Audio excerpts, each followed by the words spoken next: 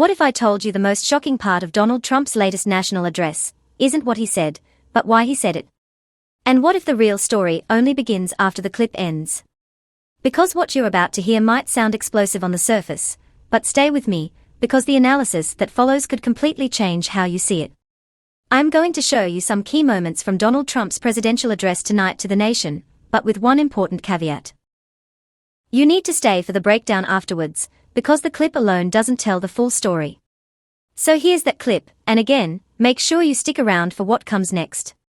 Purpose in disclosing this information is not to weaken confidence in election, but to earn that confidence by confronting vulnerabilities and correcting them very, very quickly, and that's what we're doing.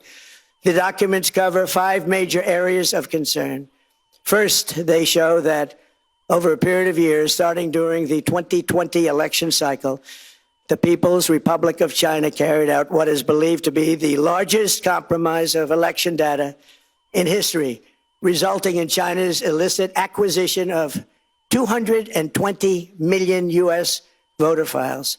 That information includes names, addresses, phone numbers, political party preferences, and other sensitive data that would be needed to register to vote and engage in other nefarious activities, which is exactly what was happening. Tonight, I'm announcing the immediate declassification and release of critical intelligence revealing shocking vulnerabilities in our election infrastructure. This evidence shows that the election system we have dangerously exposes like levels never thought possible to hacking, exploitation, and foreign interference. Just as disturbingly, this vital information has for many years been covered up and hidden from you, the American people, our beautiful, our great American people. China and other countries have been trying to meddle in our elections. Evidence of fraud has been buried.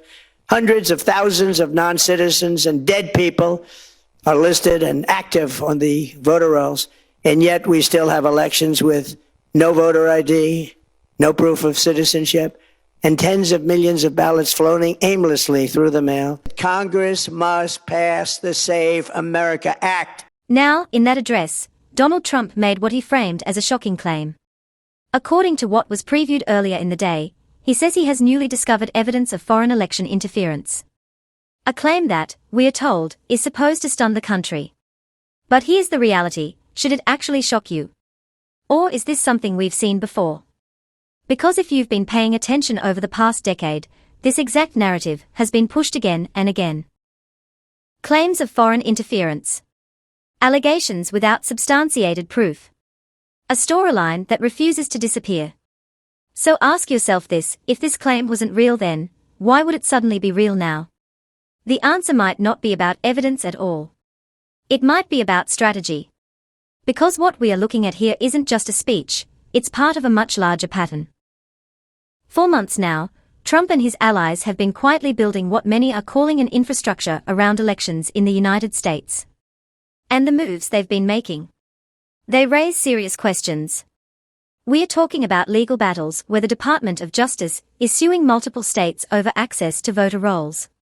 We are talking about federal agencies pushing for expanded authority to verify citizenship status, systems that critics argue could mistakenly flag legitimate voters. We are talking about legislation like the Save America Act, which, depending on how you interpret it, could significantly change how elections are run across the country.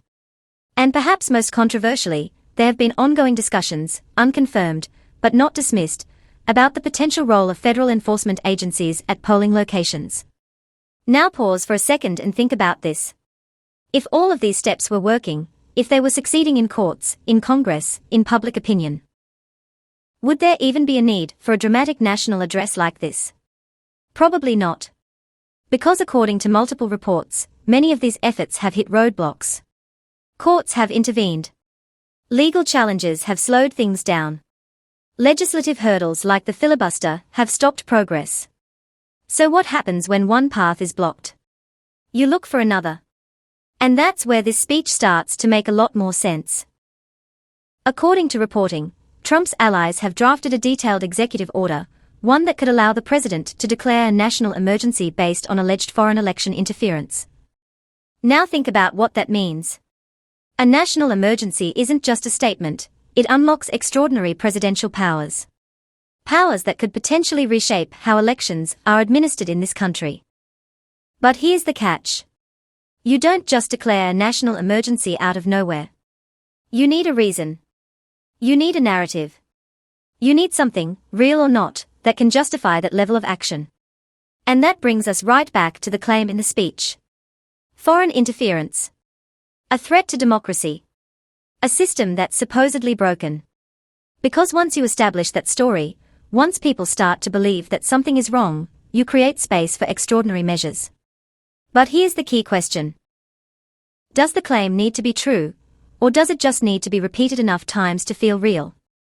Because we've seen something very similar before. On December the 27th, there was a phone call between President Trump and the acting attorney general and his deputy. According to notes taken by that deputy, they told Mr. Trump, understand that the DOJ can't and won't snap its fingers and change the outcome of the election. It doesn't work that way. And Mr. Trump responded, just say that the election was corrupt and leave the rest to me and our councilman. This isn't new. This is a pattern.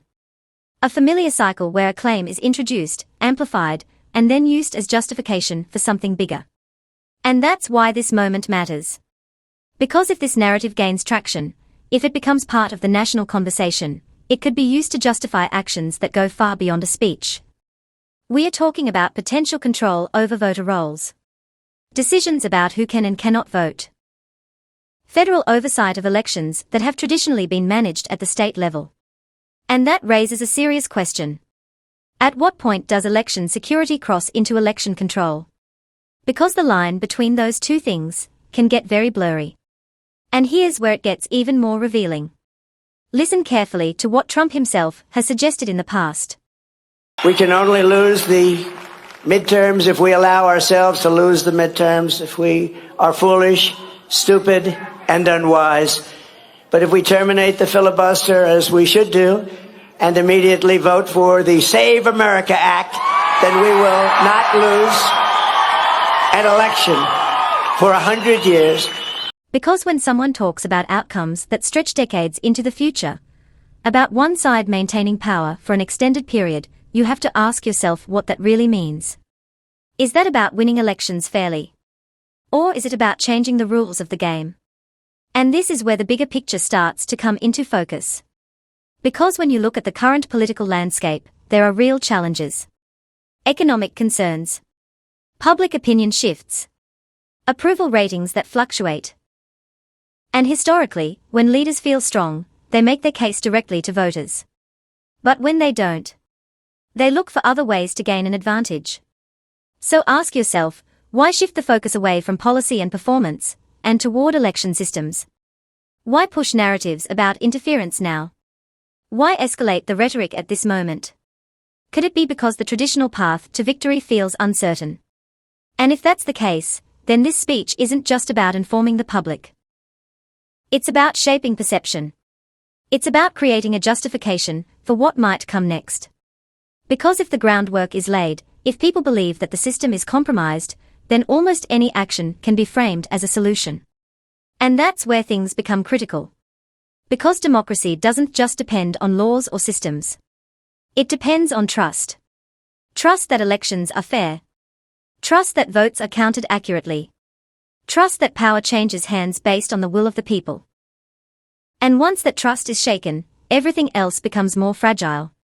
So the real question isn't just whether this claim is true or false. It's what happens if enough people believe it. Because belief can shape reality in powerful ways. And that's why this moment matters more than it might seem at first glance. So as you watch these clips, as you hear the claims being made, keep asking yourself, what is the goal here? Is it transparency? Or is it control? I got a call last night sometime at, the early evening, maybe in the 7s, and he called and he said, we're all set for the Save America Act. He was pushing the Save America Act like crazy. He got back, said he just landed from Ukraine. I said, that's a long trip to make. He said, he sounded a little tired, but perfect, but a little bit tired. Had a right to be. And he was a worker. He was really a worker, but he sounded great, actually. But he actually said he was tired. but he wanted to pass the Save America Act. And I said, well, we're going to get it done, Lindsey. We're going to get it done. I'll see you soon. We thought maybe we might even meet today. Because history has shown us that narratives, especially repeated ones, can have lasting impact. And if this is part of a larger strategy, then this might just be the beginning, not the end. So stay informed. Stay critical. And most importantly, keep asking questions. Because the future of elections isn't just decided in speeches. It's decided by how people respond to them. If you found this breakdown valuable, make sure to like the video, subscribe to the channel, and turn on notifications so you don't miss what comes next. And I want to hear from you. Do you think this is about protecting elections or controlling them? Drop your thoughts in the comments below. Because this conversation is far from over.